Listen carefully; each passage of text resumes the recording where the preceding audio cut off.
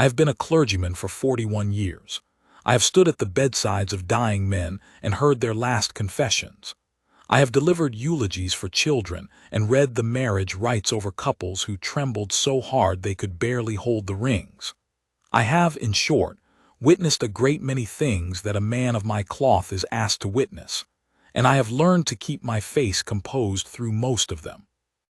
But when I think of the autumn my niece Cecily was sold like a parcel across a mahogany table in the library of Dunnet House, and what came after it, my composure deserts me entirely. I am not ashamed to say so. Some stories are larger than the men who carry them. I will tell it plainly, and I will tell it whole, because Cecily has asked me to, and because I have never in my life been able to refuse her anything she asked with that particular look. The one her mother had, God rest her, the quiet, steady look that made a man feel he would be lesser for saying no. Cecily has that look precisely. She probably does not know how often it has worked on me.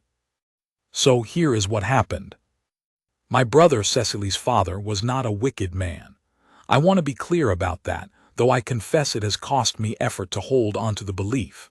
He was a foolish man, constitutionally, almost brilliantly foolish in the specific way that a man of modest means who yearns for something grander can be foolish. He gambled. Not wildly, not with the abandon of a true dissolute, but steadily, over years, in the quiet, methodical way of a man who was always certain the next turn of the card would correct all the turns before it. It did not. By the autumn I am describing, my brother owed money to 3 creditors, and the largest and most impatient of these was a man named Baron Fossick, a title so recent it still smelled of the purchase price, as my brother had once said himself. In a moment of clarity, he'd have done better to apply to his own finances. Fossick was not a gentleman in any sense that the word implies interiority. He was large, loud, pink-faced, and accustomed to getting what he required of people smaller than himself, which was most people. He had bought his barony, and he bought his houses, and he bought his horses, and he expected that anything he had not yet bought was simply a transaction he hadn't gotten around to completing. He had, for some time, expressed an interest in Cecily. Not, I must be precise, in the honorable sense. He was already married to a woman I pitied at a distance. His interest in Cecily was of the variety that a man of his type pursues under the heading of companionship or arrangements, words that sound civilized and are not. She was 23. She was, as anyone who has ever stood near her knows, a young woman of such particular quietness and grace that she made the room around her feel steadier, as though the furniture itself sat up straighter when she entered. This quality, which in a better world would have protected her, in fact made her more visible to men like Fossick. My brother, in his desperation, had agreed to something. The precise shape of the agreement I did not know until the evening at Dunnet House, when Fossick laid the document on the table, and my brother signed it with a hand that shook, and I understood. It was called, on the paper, a contract of companionship and domestic service. In the language of that time, in the circles where such things were arranged, everyone in the room knew what it was. Cecily would go to Fossick's secondary estate in Wiltshire. She would be installed there under the fiction of household management. My brother's debts would be cleared. The contract bound her for 2 years, during which time she was, in every practical sense, Fossick's property. I had not known until that evening that my brother had agreed to this. I had come to Dunnet House believing it was a creditors' meeting, the sort of miserable gathering at which terms were renegotiated, and repayment schedules were drawn up, and everyone went home slightly diminished but intact.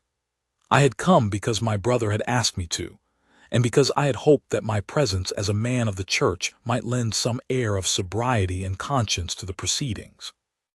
When I walked into that library, Cecily was already there, standing at the far end of the room near the window, and the look on her face told me she had known longer than I had. She was not weeping. She was not trembling. She stood with her hands folded in front of her and her eyes fixed on some middle distance above the heads of the men in the room, and her expression was the one I have described, that steady, quiet, composed expression. But underneath it, if you knew her face as I knew her face, there was something that broke my heart to see. She was already somewhere else.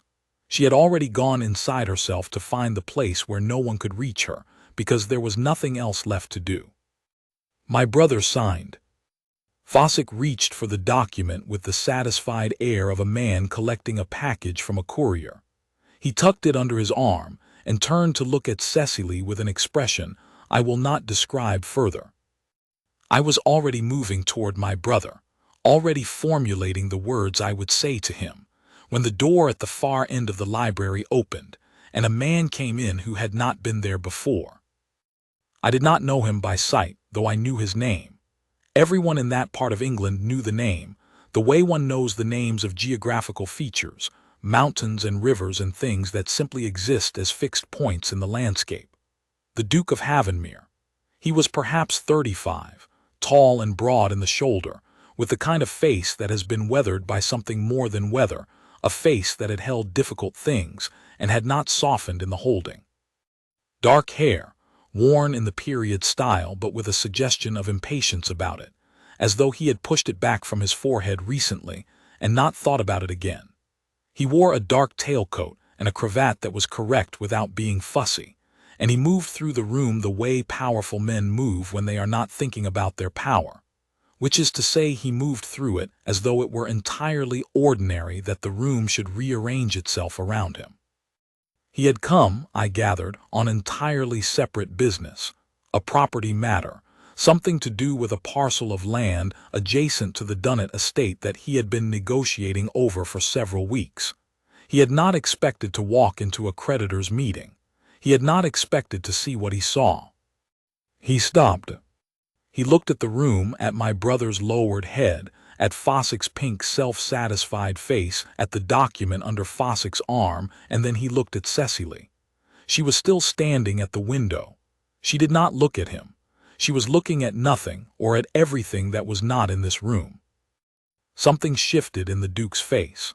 I was watching him closely because I was, at that moment, the only other person in the room not directly involved in what had just transpired, and I saw the shift clearly. It was not pity. I want to be precise about that too, because Cecily would have hated pity, and I think he knew it on some instinct, even then. It was something closer to recognition. The look of a man who has seen an injustice so clear and so plain that it registers before the mind has time to complicate it. He said quietly, but in the kind of voice that does not need volume to fill a room, "What is that document?" Fossick turned. He was not a man who was accustomed to anyone taking a tone with him, but there was something about the Duke that clearly gave even Fossick pause. He said, with a bluster he was working to maintain, that it was a private matter, a contractual arrangement between himself and Mr. Hartwell, my brother, and that it was none of the Duke's concern. "Show it to me," the Duke said. It was not a request. The words had the shape of a request, 2 syllables, politely arranged, but they had no request in them at all. Fossick, to my private astonishment and to his own evident fury, showed it to him. The Duke read it. He read it without hurry, which I think was the thing that frightened Fossick most, because a man who hurries when he reads a document like that is a man who is reacting, and a man who does not hurry is a man who is deciding. The Duke read it to the end, folded it once along its existing crease, and set it down on the table between them. "Name your price," he said to Fossick. The room went very still. My brother looked up from the floor for the first time. Fossick said he didn't know what the Duke meant. "The debt," the Duke said. "The full sum Hartwell owes you, name it." Fossick named it. He named it with a defiant specificity, a number large enough that he clearly expected it to function as a wall, large enough to communicate that this was not a negotiation he welcomed, that the number was, in effect, a door he was daring someone to walk through. The Duke said, "I'll pay you double." The silence that followed was of the particular quality that follows things that cannot be unsaid. Fossick opened his mouth. He closed it. He was calculating. I could see it, calculating whether there was any angle from which this was not an enormous amount of money being offered to him in exchange for walking away from a contract that had, when one thought about it clearly, a somewhat complicated legal standing to begin with. Whatever else Fossick was, he was a man who understood numbers. He took the double. The Duke did not look at Cecily while this was arranged. He spoke to the solicitor who had been sitting in the corner of the room, with the look of a man who dearly wished he were elsewhere, and he arranged the financial transfer with the brisk efficiency of someone settling a tradesman's bill, and he signed the relevant papers, and Fossick took his money and his wounded pride, and left the room with a heaviness of step that I found, privately, quite satisfying. My brother started to speak. The Duke looked at him and my brother stopped. Into that silence Cecily finally moved. She turned from the window. She looked at the Duke directly for the first time, not with gratitude, not yet, but with a steady, measuring attention, the look of someone trying to understand what has just happened and what it will cost her. She said very quietly, "What does this mean, then, for me?" The Duke looked at her. He said, "It means you are free of that contract." She said, "And the new one, with you?" He said, "There is no new one. You owe me nothing." She considered this. She did not rush to thank him. I watched her weigh it, turn it over, look at it from every side the way she had always done with things that mattered, since she was a child examining something she'd found in the garden. Not because she was suspicious by nature, but because she was careful, and she had learned very young that things given freely often came with a hidden cost that the giver had simply not yet gotten around to mentioning. She said, "Then I am grateful, sir, and I would like to go home." She said it with perfect composure, and the only person in the room who knew what it cost her to say it was me, because home, as things stood, was my brother's house, and my brother had just sold her to a creditor, and she knew as well as I did that home was no longer the word she meant. The Duke said, "Of course," and stepped back, and she walked past him and out of the room, and I followed her, and that was the first meeting between Cecily Hartwell and the Duke of Halvenmere. I did not expect it to be the last. I was wrong. 3 days later, a letter arrived at my brother's house, addressed to me, not to Cecily, not to my brother, but to me specifically, which told me that whoever had written it had taken some care to identify the appropriate recipient. It was from the Duke's secretary, and it was formal and correct in every particular, and what it said, stripped of its formality, was this. The Duke was aware that Miss Hartwell's domestic situation had been disrupted by recent events, and he wished to offer a position at Halvenmere Hall as a companion to his elderly aunt, a widow of some years who found the house too quiet, with a full salary and independent quarters, and that Miss Hartwell was under absolutely no obligation of any kind, and that the offer would be extended once, and then withdrawn without prejudice if declined. I read it twice. I read it a third time. Then I went and found Cecily, who was in the kitchen garden because she always went to the kitchen garden when she needed to think, something she had done since she was 8 years old, and I gave her the letter. She read it. She handed it back to me. She said, "What do you think?" I said I thought it was exactly what it said it was. She said, "Men's offers rarely are." I said I believed this one might be the exception. She looked at me for a long moment. Then she looked at the kitchen garden, the last of the autumn herbs still holding on, the turned earth, the coming cold. Then she looked back at me. She said, "I will need a week to consider." She considered for 4 days, which I thought showed admirable restraint, and then she wrote her acceptance, and 2 weeks later I helped her into the carriage that took her to Halvenmere Hall, and I said goodbye to her on the front step of my brother's house with the specific heaviness of a man who knows he is watching something begin, but cannot yet see what it will become. She wrote to me often in those first weeks, and I learned the shape of Halvenmere through her letters as a man learns a country he has not yet visited, in fragments, in details, in the things she chose to describe and the things she chose not to. Lady Prewitt was a delight, she wrote. The house was extraordinary. The library had more volumes than she had ever seen in a private residence. The grounds, even at the edge of winter, had a quality of wildness held just barely in check by the garden walls. She wrote nothing about the Duke for the first 3 letters entirely, which told me a great deal. In the 4th letter, she mentioned him once, almost in passing. He had disagreed with her over dinner about the enclosure of common lands, and she had held her position, and he had not dismissed it, which she found, she wrote the word carefully, as if she were choosing it from a larger selection, unexpected. I stored the observation away and continued to correspond, and waited for my invitation to visit. I visited Halvenmere for the first time 6 weeks after Cecily's arrival, at her invitation. She had written to tell me she had settled properly now, that Lady Prewitt had apparently taken to Cecily with the focused energy of someone who had been waiting a long time for exactly this person, and that she would very much like me to come and see the house. Halvenmere Hall was, as advertised, extraordinary. I do not say this with the wide eyes of a country clergyman easily impressed.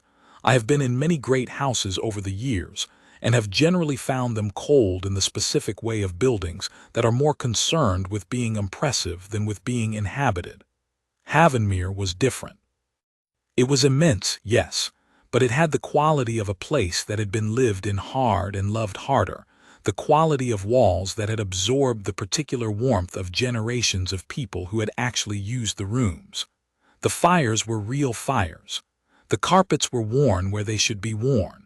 The portraits on the walls looked like people rather than like furniture. I arrived in the late afternoon and was shown into a drawing room where Cecily was sitting with Lady Prewitt, the two of them apparently in the middle of an argument about Italian opera that they were both enjoying enormously. Cecily stood when I came in, and I saw immediately that she was steadier. That is the word.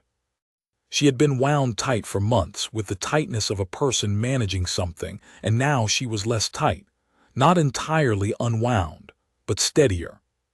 She introduced me to Lady Prewitt, who shook my hand, and told me immediately that Cecily was the best thing that had come through the door of this house in a decade, and that she intended to keep her. A sentiment she then delivered also to the Duke, who had come into the room while she was speaking. He stopped in the doorway when he saw me. He recovered immediately.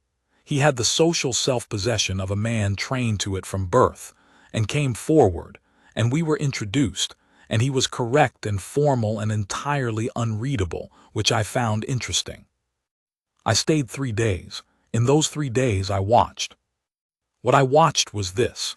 The Duke of Halvenmere did not know what to do with Cecily Hartwell, and this was apparently a novel experience for him, and he was handling it with all the grace of a man who has learned to navigate every room he enters, and has suddenly found himself in a room with no door he recognizes. He was not unkind. I want to be precise about that. He was never unkind to her, not even in the ways that powerful men are casually unkind to women of lesser station without noticing, the speaking over, the not listening, the glancing away to something more important. He did none of that. He listened when she spoke. He moved through rooms in a way that was aware of where she was in them. He had, and this was the thing I kept observing with the fascination of a naturalist who has spotted something unexpected, a particular quality of attention toward her that he appeared to be actively managing, as though the attention were there already, and he were doing work to keep it at an appropriate level. Cecily, for her part, was not making it easy for him, not through any deliberate effort. That was never her way. She simply was herself, which was, I had always thought, a sufficiently challenging thing to be near without any additional effort required. She disagreed with him at dinner on the 3rd evening about the enclosure of common lands, and she disagreed with him not combatively, but with the specific calm precision of someone who has thought carefully about the subject and has an actual position, and she did not soften the position to make it more palatable. He argued back. He was a good arguer, measured, informed, not a man who blustered when he was uncertain. They went back and forth across the dinner table for 20 minutes while Lady Pruitt and I ate our soup and watched with the identical expression of people at a tennis match who are equally delighted by both players. At the end of 20 minutes, the Duke said, with the air of a man making a somewhat reluctant concession, "You have a point about the tenant families." Cecily said, "I know," and applied herself to her soup, and the Duke looked at her for a moment with an expression I could not quite name, and then applied himself to his soup as well. Lady Pruitt caught my eye across the table and said nothing, which was, from Lady Pruitt, an eloquent communication. I left the next morning. I hugged Cecily on the front steps and told her she looked well, and she said she was well, and neither of us said the other things we were thinking, because we had always been like that, the two of us capable of conducting an entire second conversation in the spaces between the words of the first one. What I was thinking was, something is growing here, something quiet and stubborn, the way things grow in autumn when they are not supposed to, when the season has turned against them and they persist anyway. I did not say this to Cecily because she knew it already and was, I suspected, not yet sure what to do about it. I drove home through the November countryside and thought about what I had seen. I thought about the man who had read a document without hurrying and then said, "Name your price," and I thought about the particular quality of his attention at that dinner table, restrained, carefully managed, but present in every careful restraint. I thought about Cecily saying she was well, and meaning it, with the surprise of someone who had expected not to be. Some things grow in spite of the season. That is the nature of them. I returned to Halvenmere a second time in November, on my own initiative, to call on Lady Pruitt, who had expressed in a letter to my bishop, a connection they had through some distant cousin, that she would be glad of a visit from any man of the cloth, as the local vicar was satisfactory but not particularly interesting company. I arrived to find that Lady Pruitt had also, on that same day, invited 3 other visitors, which I suspected was not a coincidence but a scheme, since Lady Pruitt ran schemes the way other people ran errands, efficiently and without apology. I had 2 hours with Cecily in the garden, while the other visitors were occupied with Lady Pruitt's drawing-room entertainment.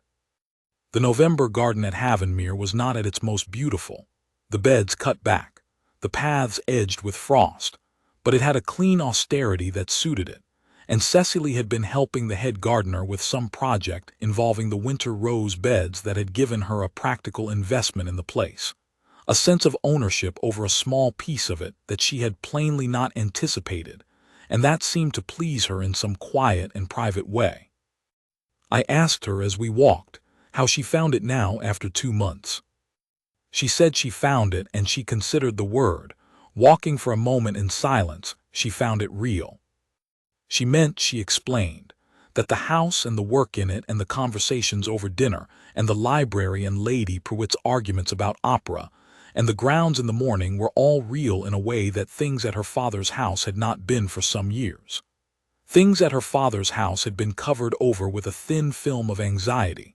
She said, the anxiety of waiting for the next disaster, the next card game, the next letter from a creditor. Here the anxiety was absent, and without it, she said, she found she could simply be in a room, which was a luxury she had not, it turned out, fully appreciated until she had lost it and found it again. I said that sounded like contentment. She said she thought perhaps it was.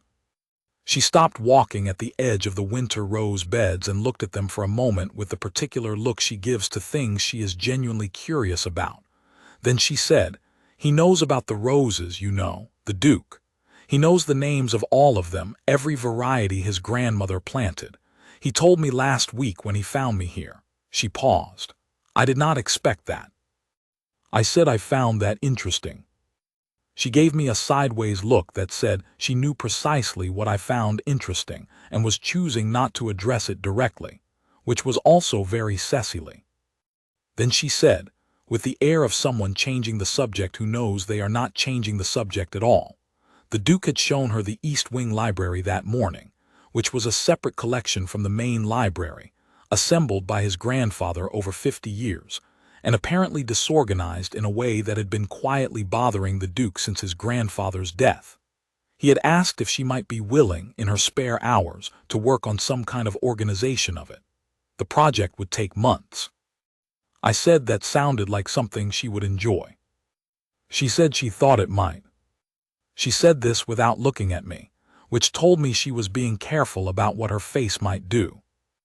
Neither of us mentioned the obvious fact that the East Wing Library was a reason to spend a great deal of time in the Duke's private family rooms, or that a man who dislikes a disorganized library has ample means of hiring a professional librarian, or that a Duke who wished only to employ a companion to his aunt does not typically share his late grandfather's private book collection with her, as though it were a thing to be approached together.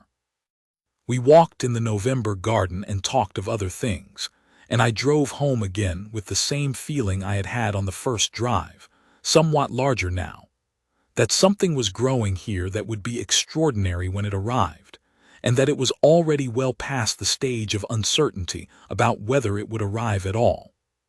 The Christmas dinner was Lady Prewitt's idea, as all the good things at Halvenmere seemed to be. She had organized it with the focused ferocity of a woman who has been running such occasions for 60 years and finds them largely predictable and somewhat amusing.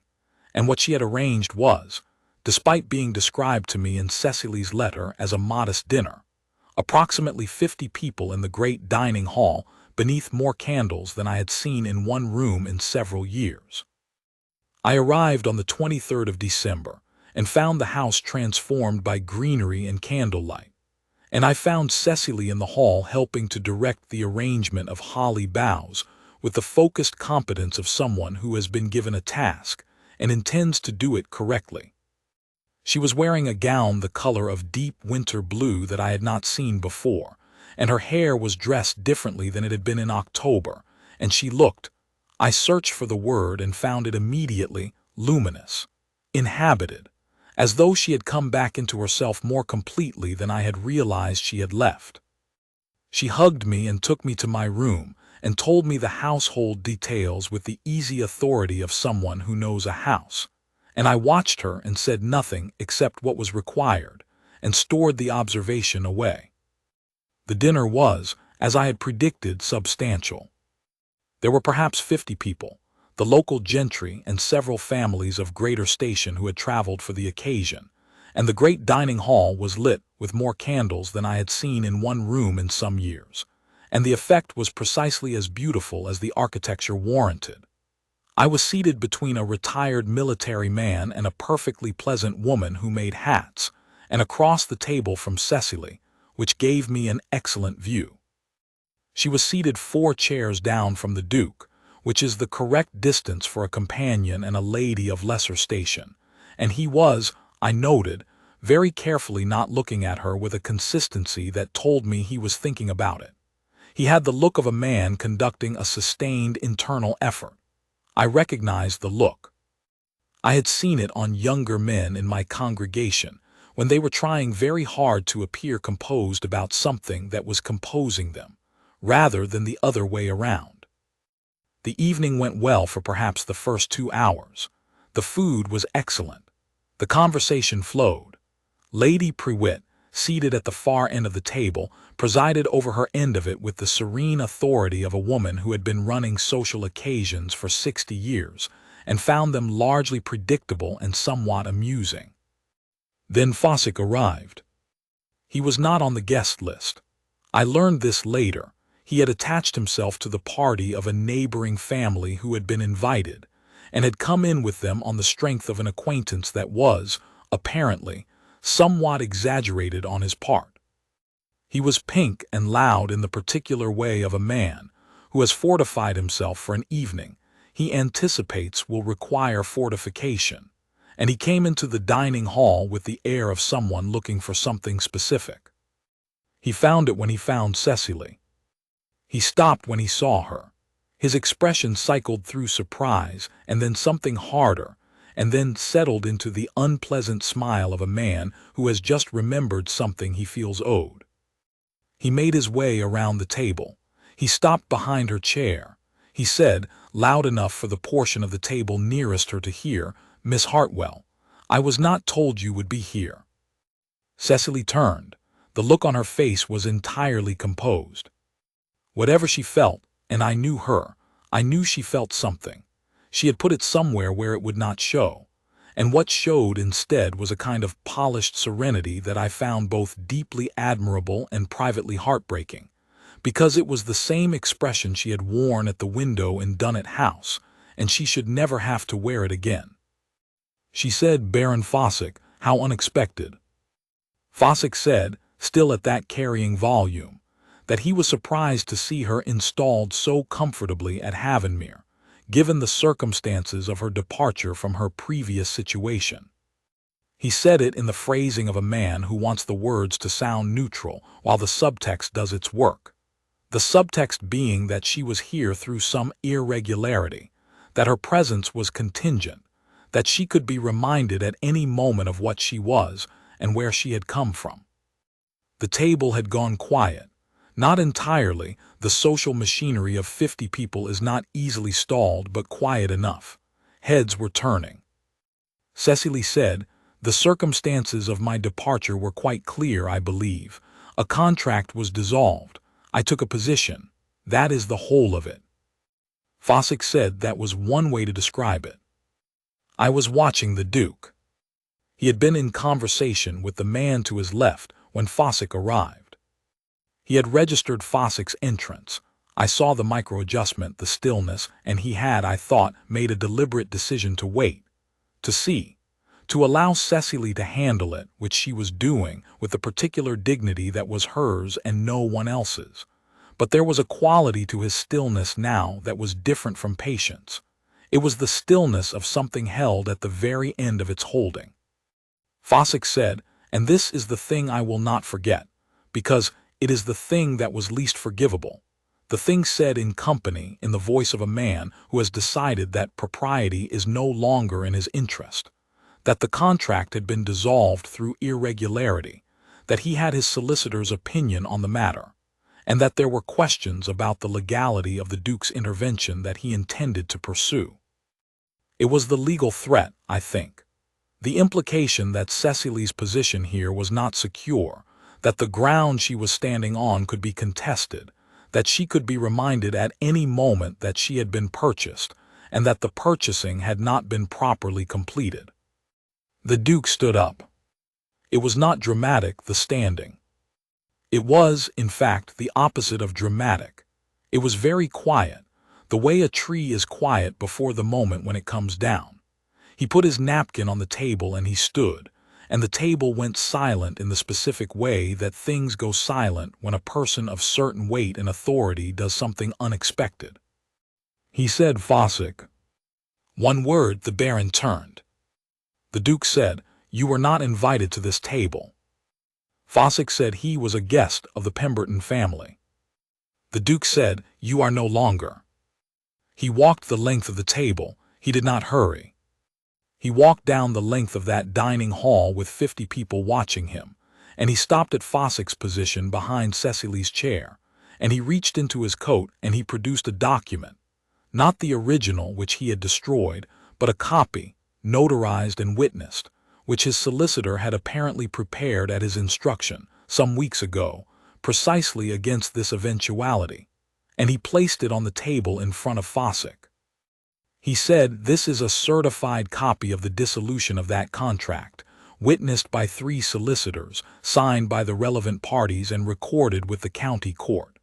The transaction was entirely legal. You took the money. There is nothing to pursue." He paused. "And if you continue to pursue it, you will find the experience considerably more expensive than the money you received in the first place." Fawcett looked at the document. He looked at the Duke. He looked at the 50 people looking at him. The Duke said, still in that same quiet voice, the voice with no need for volume, "You will leave my house now." Fawcett left. The door closed behind him. The room held its breath for a moment that felt like much longer. Then Lady Prewitt, from her end of the table, said in a carrying and entirely composed voice, Is there more of that excellent pheasant, do you think? And the room breathed again, and the conversation restarted, and the candles went on burning. The Duke did not immediately return to his seat. He stood for a moment at the end of the table, and he looked at Cecily. She had turned in her chair. She was looking up at him. Her composure was intact, of course it was, but there was something in her eyes that was different from the expression at the window. The expression at the window had been about endurance. This one was about something else. It was the expression of a person who has been told in front of everyone, without any ambiguity whatsoever, that they are worth protecting. She said very quietly, "You did not have to do that." He said equally quietly, "I know." He went back to his seat. The dinner continued. I ate my food and said very little to either of my neighbors for the rest of the evening, because I was thinking, and the hat maker was gracious enough not to press me. After dinner, when the guests had dispersed to the drawing rooms and the music and the general circulation of a large holiday gathering, I found a moment with Cecily in one of the smaller parlors. She was standing by the fire, and she was, for the first time since Dunnet House, not composed in the careful managed way. She was simply still, in the way of a person who has set down something heavy and is noticing the absence of its weight. I said nothing. I stood beside her and we both looked at the fire. After a time she said, very quietly, "He had that document prepared, some weeks ago. He had anticipated this." I said yes, it appeared so. She said, "He did not tell me." I said no, he had not. She was quiet again for a moment. Then she said, "He was protecting me without making me feel that I needed protecting." I said I thought that was exactly right. She looked at the fire for a long moment. Then she said something that I have thought about many times since, in the way one thinks about things that illuminate other things. She said, "Do you know what I noticed most? That he was angry. In the dining hall he was angry, I could see it. But he chose to be very quiet about it because he knew that if he were loud about it, the evening would become about him. He chose to make it about the fact, the document, the settled business. Not about himself." I said I had noticed that as well. She said, "That is a very particular kind of self-possession." I said it was. She did not say anything else about it, and I did not say anything else, and we stood by the fire for another few minutes, and then other people came in and the evening resumed. But I thought, walking back through the bright halls of Halvenmere toward the sound of music and voices, that Cecily had just described, in precise and unsentimental language, the thing that had already claimed the larger portion of her attention for some months. She had described it as a quality of character, because that is how she thinks, practically, accurately. But the precision of the observation told me she had been paying very close attention to the man in question, and for longer than the Christmas dinner. I stayed at Halvenmere for 4 more days over Christmas. In those 4 days, the change was as visible to me as a shift in weather, the kind you can feel in the air before you can see it in the sky. There was something different in the house. Something had been said, in that dining hall, that did not require further words to make itself understood, and both of them knew it and neither of them had yet decided what to do with the knowing. On the 27th, the last full day of my visit, I was in the library reading when the Duke came in. He seemed mildly surprised to find me there, and then he settled into the fact of it with the equanimity he brought to most things, and he took a book from the shelves and sat in the chair by the fire that was, I suspected, his usual chair, and for a while we both read in companionable silence. Then he said, without looking up from his book, "Your niece is a remarkable woman, Mr. Hartwell." I said I was aware of that. He said, "I want to be clear that her position here is permanent, whatever she chooses. She is not beholden to Lady Prewitt's continued health. She is not contingent on any circumstance I have not fully communicated to her." I considered what this meant. I said, "Have you communicated it to her?" He was silent for a moment. He turned a page that I suspect he had not actually read. He said, "Not entirely." I said, I would suggest that is the logical next step. He looked up then. He looked at me with an expression that I can only describe as the look of a man who is accustomed to knowing exactly what to do in every situation he encounters, and has recently discovered that this situation is outside his experience. It was, I thought, a very honest expression. I liked him rather a lot in that moment. He said, "She does not need me." I said that this was entirely true. He said, "She is perfectly capable of making her own way." I said this was also true. He said, "I am not certain she would welcome." I said, "Have you asked her?" He stopped. I said, "She is a woman who has spent a great deal of her life having things decided for her without anyone consulting her. She is not a woman who responds well to things being assumed on her behalf. She responds well, in my experience, to being asked." He thought about this. He looked at his book. He looked at the fire. He looked at me. He said, "You are a very direct man for a clergyman." I said I had found it saved time. He almost smiled. I thought it might be the first time I had seen him almost smile. Then he stood and set his book on the side table in the careful way of a man who intends to come back to it, and he left the library. I put my own book down and looked at the fire for a while, because I am old enough to know that some moments are worth looking at directly. I do not know exactly what was said in the gallery that afternoon. I will tell you what I know, and what Cecily told me later, in the version she gave me, which was precise and honest because she is always precise and honest, but which had the quality of a story that had been lived at a level of feeling that translation into words inevitably costs something. He found her in the gallery, which is a long room on the upper floor of Halvenmere lined with windows on one side and the family portraits on the other, where the winter light came in very clean and white in the afternoons. She was looking at a portrait of a woman she did not recognize. She had asked Lady Prewitt about the portraits, had been systematically learning who they were, this family that had been in this house for 7 generations. And when she heard him come in, she did not turn immediately, because she had learned in the months here that he came to rooms sometimes simply to be in them, and did not always require anything. He stood beside her and looked at the portrait for a moment. He told her it was his grandmother. She said she could see the resemblance around the eyes. He said that his grandmother had been a woman of extremely strong opinions about most things, and that she had been dead for 12 years, and that he missed her more than he had ever told anyone. Cecily said she was sorry. He said she would have liked you enormously. Cecily was quiet. He said, "I find myself in a position I have not been in before, which is that I have something I want to say, and I am not certain how to say it without making it something other than what it is." She turned then, she looked at him.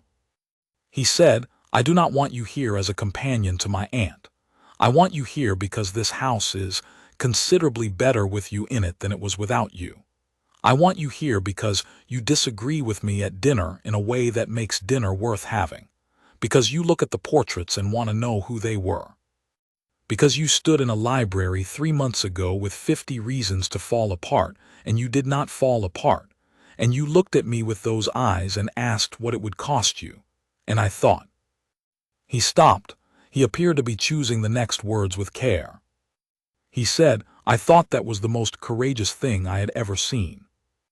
Cecily said, and this is the part she told me in the same careful voice she uses for things she is holding very gently, "I was terrified." He said, "I know, that is what courage is." She was quiet again. The winter light came through the gallery windows and lay across the floor between them. She said, "What are you asking me?" He said, "I am asking you whether you would consider allowing me to make a more formal case. Whether this is a conversation you are willing to have with me. I am not asking you for anything else. I am asking whether we might begin." She looked at him for a long time. I have tried to imagine what was passing through her mind in those moments. Everything she had come from, the library at Dunnet House, the window, the signed document, the look on her father's face, And all the things that had come after, the kitchen garden at my brother's house, the 4 days she had needed to consider, the carriage ride to Halvenmere, the dinner with the arguments about enclosure and the long evenings with Lady Prewitt in the gallery and the portraits, and the way a house can begin to feel, very quietly, like a place you belong. She had been sold like property and then offered her freedom, and then offered slowly, with patience and without pressure, something rather larger than either. And he had asked, not decided, not assumed, asked. She said, "You may begin." She told me this with the economy of someone recounting a fact, and then she looked at the kitchen garden out the window. We were in my brother's house by then, where she had come for the new year, in a visit that felt for the first time in months like a visit and not like a retreat, and she said nothing else for a moment, and then she said, "He asked me, Uncle. He didn't decide for me, he asked." I said I knew. She said, "I think that is the thing." I said I thought that was the thing. She looked at me with that look, the one that is her mother's look, the steady, quiet look that has never in my life failed to make me feel that something important is being said. And then she smiled, which is rarer with Cecily than with most people, but which, when it happens, changes the whole character of the room. The courtship, if that is the right word, and it is only partly the right word, because there was nothing very formal about two people who argued about land enclosure and read in each other's company, and walked the Halvenmere grounds in the sharp January cold, pointing out things to each other with the particular enthusiasm of people who have recently discovered that they see the same things. The courtship lasted approximately 4 months. I use the word approximately because its beginning was the conversation in the gallery, and its end was the afternoon in April when the Duke asked the actual question, and Cecily gave the actual answer, and I was not present for either of these events, which I regard as correct. Those were not my moments to witness. In those 4 months, I saw Halvenmere twice more. Each time, I saw the same thing in slightly more vivid form.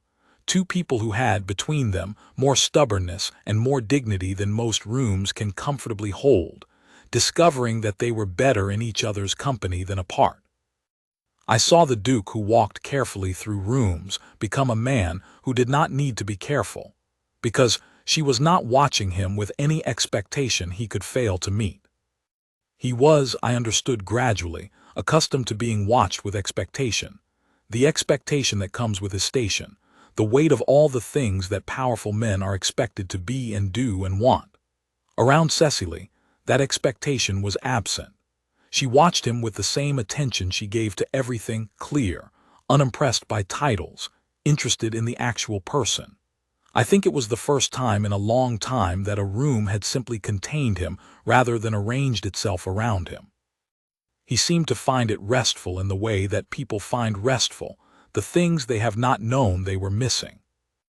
I saw Cecily, who had worn composure like armor for as long as I could remember, discover that she did not need the armor here, and I watched her set it down piece by piece with the careful relief of someone who has been carrying something a very long time and had nearly forgotten what it was to put it down.